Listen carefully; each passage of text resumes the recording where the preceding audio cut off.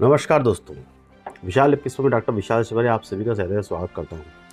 दोस्तों, जैसा कि आपको मैंने अपने थंबनेल पे भी दिखा होगा, आज मैं किस बुक का रिव्यू करने वाला हूं, किस पुराण का रिव्यू करने वाला हूं। मैं बात कर रहा हूं केदार खंड की। केदार खंड, जैसे कि ये मेरे पास है केदार खंड स्कंद पुराण।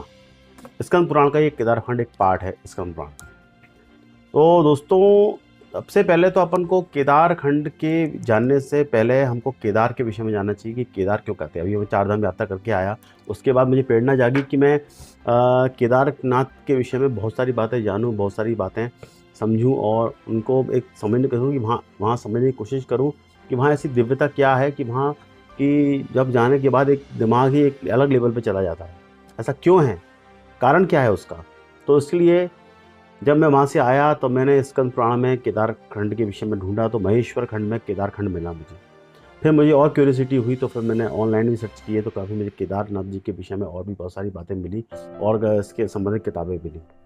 तो मैंने मंगवाई हैं, जस्ट 4 खंडों में है। मैंने पिछली बार इसका अनबॉक्सिंग भी की थी आपको। आज मैं उस केदार खंड के विषय में पूरी बातें आपको बताऊँगा। तो दोस्तों, शुरू से लेकर आखिर तक इस वीडियो में आप बने रहिएगा। आपका ये वीडियो बहुत इंटरेस्टिंग होने वाला है। काफ़ी कुछ जानकारी आपको मैं इस वीडियो में दूंगा उस बुक के विषय में, केदारनाथ के विषय में और केदार खंड के विषय में। आपके वीडियो में बने रहिएगा और चैनल को अगर सब्सक्राइब नहीं किया, subscribe, like, share, bell icon दबा दीजिएगा ताकि इसी तरह कंटेंट आपको मेरे चैनल पर मिलते रहे। तो शुरू करते हैं केदार खंड के विषय में। केदारनाथ के विषय में जानने से पहले केदार के बारे में समझेंगे। केदार कहते किसे हैं। पर्वतीय क्षेत्रों में जो जल भूमि आपकी रहती है, यहाँ पे बहुत सारे जलाशय रहते हैं, वहाँ पे उस चीज़ को केदार कहा जाता है। ऐसा हमें पुराणों में वर्णन मिलता है, हमें जनरली इस चीज़ को जानने को मिलता है। लिखा भी हुआ है आपके कि केदार मतलब पर्वतीय देशों में जल की अधिकता वाली भूमि को हम केदार कहते हैं। लिखा हुआ है आप केदार खंड में लिखा हुआ है। तो अब बात करें हम केदार खंड के विषय की और बहुत सारी बातें, फिर बाद में रेट वेट की डिस्कस करेंगे, कितने रेट की मुझे पड़ी थी ये। तो केदार में बताया गया है कि 5 केदार का और कहे गए हैं। वहाँ पे 5 मंदिर और हैं केदारनाथ के, जैसे कि मतलब पहला केदारनाथ है, दूसरा पंचकेश्वर, जैसे 5 केदार में एक तुंगनाथ है, रुद्रनाथ है, मध्यमनाथ है और कल्पेश्वर है। ऐसे करके 4 और केदारनाथ मिला करके ये सब के 5 आपके 5 केदार वहाँ कहे गए हैं। ये जनरली सब जानते हैं, इसके विषय में कोई किसी से कुछ छुपा नहीं है। अब बात करते हैं आगे की आखिर ये किताब कैसे आई। दोस्तों, अगर बात की जाए पुराणों में स्कंद पुराण में मैंने देखा महेश्वर खंड के अंतर्गत इसको रखा गया है। महेश्वर खंड में केदार खंड है, लेकिन उसमें केदारनाथ के विषय में कुछ ज़्यादा जानकारी हमको मिलती नहीं है। केदार खंड जरूर बोला गया है उसको, काफ़ी कुछ है उसमें, कुछ छोटी जानकारी मिलती है। बाकी अगर बात करें तो ये केदार खंड जो मेरे पास ये पुस्तक मौजूद है, इसलिए स्कंद पुराण के अलावा और भी इसमें बहुत सारी बातें इसमें दी हुई हैं। कि महेश्वर खंड को 2 भागों में हमने बांटा है। महेश्वर खंड में जो आपके स्कंद पुराण का एक पार्ट है, एक केदार खंड, दूसरा कौमारी खंड। केदार खंड में तो ज़्यादा कुछ वर्णन हमें केदारनाथ का ज़्यादा मिलता नहीं है, लेकिन अलग से केदारनाथ खंड का एक विस्तार हुआ है। ये लोक कथाओं के माध्यम से हो सकता है, क्योंकि इसका कोई उल्लेख नहीं है कि ये लगभग इस लोगों के पास, जितने भी विद्वान थे उनके पास की लिपिबद्ध थी। तो मैं उसको अभी डिस्कशन करूंगा, तो उसमें आपको बताऊंगा किस सन में क्या हुआ। आगे देखा जाए तो इसमें पंच हिमालय के विषय में वर्णन मिलता है। ये कि विभाजित किया गया है नेपाल खंड, मानस खंड, केदार खंड, जालंधर खंड, बम्बीर खंड, प्रस्तुत केदार खंड, बद्री केदार क्षेत्र का वर्णन यहाँ किया गया है। इस तरह का वर्णन हमें यहाँ मिलता है।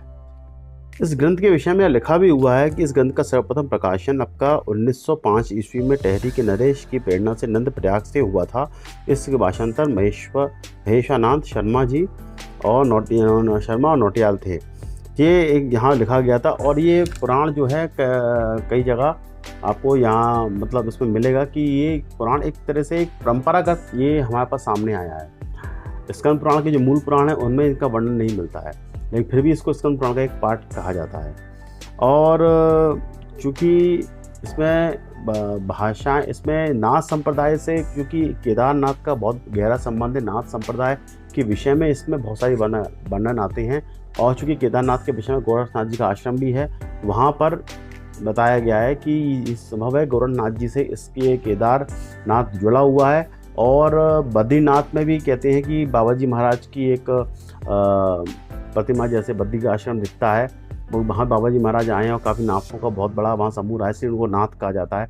नाथ शब्द जो है ये सब नाथ संप्रदाय से जुड़े हुए शब्द हैं। तो नाथों का यहाँ एक बहुत बड़ा योगदान रहा है, नाथों ने यहाँ पे बहुत सारी स्थापनाएं की हैं और एक जो परंपरा का नाथ संप्रदाय चला आ रहा है वो केदारनाथ से कहीं ना कहीं जुड़ा हुआ है, बद्रीनाथ से कहीं ना कहीं जुड़ा हुआ है। तो ये बात भी हमको भूलनी नहीं चाहिए। इसके विषय में यहाँ पे बहुत सारी बातें आपको इस पुराण के अंदर आपको बहुत सारी बातें मिलेंगी। गोरक्षनाथ जी के विषय में कई वर्णन इस पुस्तक में आते हैं। तो दोस्तों अब अपन ज़्यादा समय गंवाते हुए मैं होगी इस एक वीडियो में बहुत सारी बातें बता नहीं सकता क्योंकि काफ़ी वीडियो बड़ा हो जाएगा। मैं आपको अब इस किताब के विषय में बताता हूँ। इसके रिव्यू में छोटा सा रिव्यू किया है, बाकी इस किताब के इंडेक्स को आपको दिखाता हूँ, चारों पार्ट दिखा देता हूँ कौन कौन से राइटर ने लिखी है और एक्चुअल कॉस्ट मुझे इसकी कितनी पड़ी। तो अब चलिए हम डिस्प्ले पर चलते हैं। तो दोस्तों देख सकते हैं ये आपको केदारखंड के चारों खंड मैंने यहाँ पे स्कंद पुराण के पार्ट हैं वो यहाँ दिए हुए हैं। तो मैंने जैसे पहले भी कहा था कि स्कंद पुराण से थोड़ा भिन्न है ये केदार भाग थोड़ा अलग है। चारों तरफ केदारनाथ की देखिए प्रतिमा बनी हुई है। अब देखिए सबसे पहले केदारनाथ के खंड के आपके इसको केदार पुराण भी कहते हैं अपन, राममूर्ति मिश्र जी ने विभूषित किया हुआ है। इसके जो आपके शिव वाचस्पति द्विवेदी इसके वो हैं, संस्कृत विश्वविद्यालय वाराणसी से प्रकाशित होती है। दूसरे पार्ट के जो अशोक कुमार महोदय प्रस्तावना विभूषित हैं। फिर बंदन उपाध्याय जी ने इसका व्याख्याकार संपादक का काम किया है। तीसरा काम है ददन उपाध्याय जी ने किया है, अशोक कुमार ने। चौथा भी देखे जाए तो राजेंद्र मिश्र जी ने विकसित किया हुआ है तो ददन उपाध्याय। चारों अलग अलग मतलब इसमें 2 राइटर कॉमन है, 2 अलग अलग राइटर हैं। बाकी संपादक इसके ददन उपाध्याय रहे हैं, इसके वाचस्पति द्विवेदी रहे हैं। तो एक छोटा सा अंतर है जो चारों भागों में हमको मिलता है। खैर अब हम बात करते हैं प्रथम भाग की, फिर इसके बाद सेकंड पार्ट और थर्ड पार्ट उठाएंगे। सबसे पहले तो बात करें आपके प्रथम भाग की, तो देखिए आप इस प्रथम भाग को देखेंगे इसी तरह का दिया हुआ है यहाँ पे। इसकी कीमत 450 रुपये है, एक पार्ट की कीमत देख सकते हैं आप 450 रुपये। इसकी भी लगभग दोनों चारों की कीमत लगभग 450 के आसपास ही होनी चाहिए। कुल मिला के 2-2.5 हज़ार का मुझे पड़ा था ये। इसके विषय में यहाँ पे बहुत सारी बातें दी है, भूमिका प्रस्तावना दी हुई। केदारखंड को काशी खंड इसके भांति केदारखंड भी प्रकाशित विश्वविद्यालय द्वारा 4 भागों में संकल्पित है। इस तरह की बातें यहाँ दी हुई हैं। अब आप ये तो इनकी प्रस्तावना हो गई। थोड़े पेपर उल्टे लगे हुए हैं इसमें, ये कोई डिफेक्टेड थोड़ा सा पीस था, बाकी कुछ नहीं है, ठीक, बाकी सब ठीक है। थोड़े बहुत ही पेपर हैं जो उसमें उल्टे लगे हुए हैं। आप आगे चलेंगे तो अब यहाँ से देखिए कुछ चीज़ें शुरू होती हैं। जैसे कि मैंने बताया था स्कंद पुराण के महेश्वर खंड का भी भाग है, 5 खंडों में विभाजित किया गया है इनको। फिर केदार पुराण के विषय में बताया गया है। अब देखिए आगे जाएंगे और उसमें इसके अंदर पर्वत श्रेणियाँ भी दी हुई है, नंदप्रयाग, विष्णुप्रयाग, कर्णप्रयाग, रुद्रप्रयाग, देवप्रयाग, ये सारे कहाँ गंगा जुड़ती है इसके विषय में यहाँ दिया हुआ है।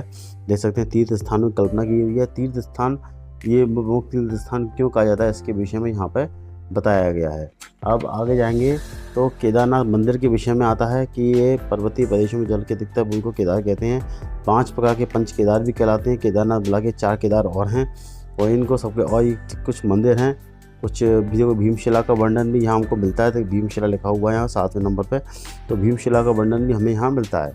इसके अलावा अलग अलग चीज़ों का यहाँ पे वर्णन मिलता है, भारत के क्षेत्रों का वर्णन मिलता है और फिर कुछ श्लोक वगैरह प्रॉपर दिए हुए हैं यहाँ पे। यहाँ से अपनी इंडेक्स चालू हो जाती हैं। अब इंडेक्स देख सकते हैं, मैं इंडेक्स आपको दिखा दे रहा हूँ। ये देखिए पूरे इंडेक्स दिया हुआ है। केदारखंड के ऊपर से श्लोक हैं, निष्कर्ष, मनवंतर, ब्रह्मलोक के विषय में यहाँ वर्णन मिलता है। देखिए आप इनसे निरूपण, सृष्टि निरूपण, भैरव वंश का वर्णन, सब वंशों का वर्णन यहाँ मिलता है। आप देख सकते हैं द्वंद्व नामक ये पूरे आपके विश्वामित्र के तप जाने के बाद विषय में यहाँ दिया हुआ है। आप देखिए सारे इंडेक्स को हरिशंकर यज्ञ का वर्णन मिलता है। फिर यहाँ पे गंगा की भूमि का वर्णन मिलता है, गंगा की धाराओं का वर्णन, गंगा कहाँ निकली हुई है इसका वर्णन भी यहाँ मिलता है प्रथम खंड में। और ये पूरा केदार क्षेत्र के महात्मा का वर्णन, नारायण आश्रम तीर्थ का वर्णन, हर तरह का वर्णन यहाँ मिलता है। और उसके बाद रुद्रालय बाकी चीज़ों के अलग अलग तुंगेश्वर के महात्मा, मध्येश्वर, इन सब के विषय में यहाँ पे हर मंदिर का यहाँ पे महत्व दिया हुआ है। प्रिंटिंग वाइज बहुत अच्छी किताब है, इसको आप मंगा सकते हैं, मंगा लें। सेकंड का पार्ट आता है केदारखंड सेकंड पार्ट। तो आप सेकंड पार्ट आप अगर देखेंगे तो चीज़ें वही हैं, कुछ इसमें अंतर नहीं है। केदार क्षेत्र के विषय में और बहुत सारी जानकारी इसमें आपको मिल जाती है इस इंडेक्स के अंदर। तो ये देखिए इंडेक्स में दिया हुआ है हर वर्ग के पुराणों के विषय में। यहाँ पे पुराणों के विषय में आपके दी हुई हैं, फिर बाकी कथाएं कुछ दी हुई हैं जो जनरली हम पढ़ते हैं। ये पूरा इसमें वर्णन दिया हुआ है। देखिए आप ऋषिकेश का वर्णन दिया हुआ है, आपके बाकी नदियों का वर्णन यहाँ दिया हुआ है, और उसके अलावा बहुत सारे कुंडों का वर्णन यहाँ पे दिया हुआ है, आपके अस्त्रों का बारे में वर्णन दिया हुआ है। ठीक है, बाकी भगवती का वर्णन में यहाँ पे दिया हुआ है। अलग अलग चीज़ों के अलग अलग वर्णन यहाँ आपको मिल जाते हैं। बाकी देवताओं के सूर्य कुंड का वर्णन यहाँ मिलता है हमको, बद्रीनाथ में स्थित है। ठीक है, इसकी कीमत भी लगभग मैंने बताया कि 550 रुपये इसकी कीमत बताई गई है। ये हुआ सेकंड पार्ट। थर्ड पार्ट, ये तृतीय पार्ट हो गया। ये आपका चतुर्थ पार्ट है, यही आपका द्वितीय पार्ट है। यहाँ पे भी आपको देखेंगे तो यही सब चीज़ें वर्णन मिलेंगी। तो आप इंडेक्स देख लीजिए, बाकी सब चीज़ें तो आपको दिखती रहेंगी। ये देखिए इसके इंडेक्स ये दिया हुआ है। केदार के महत्व के विषय में यहाँ पर वर्णन देखिए मिलता है।